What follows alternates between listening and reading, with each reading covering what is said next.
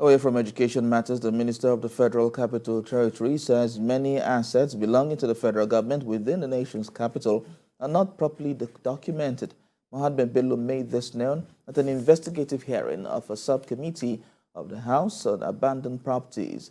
National Assembly correspondent Jeke Adisa reports.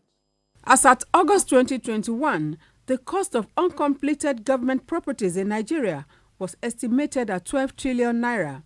The Nigerian Institute of Quantity Surveyors, which gave the estimates, put the number of abandoned properties at 56,000, many belonging to federal and state governments.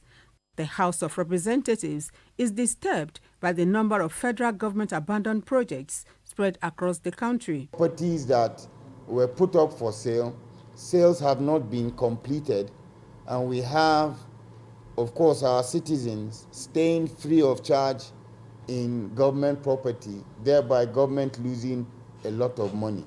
Also, projects that were started and for one reason or the other have been abandoned. Several properties belonging to the federal government of Nigeria have been abandoned, and others have been severely underutilized for many years.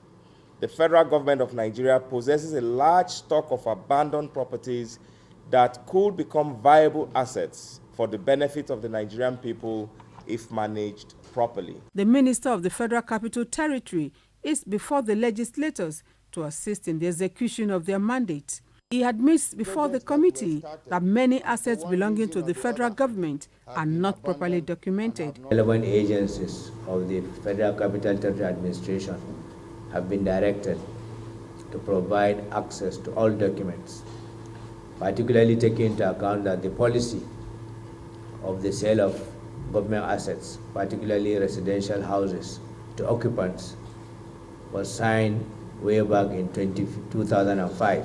Those assets that were transferred to us had to do with 74 units of houses at the Kado estate. The assets, interestingly, those transfer instruments were done, as I said, in 2013, but it was listed as part of the assets transferred to NEMCO as at 2013. The Federal Secretariat Complex in Ikoyi, Lagos State, the Millennium Tower, the Suleja International Hotel, and the Ajaokuta Steel Company are some of the properties abandoned by the federal government, which, if put to use, have the potential of keeping many of the nation's youths gainfully employed.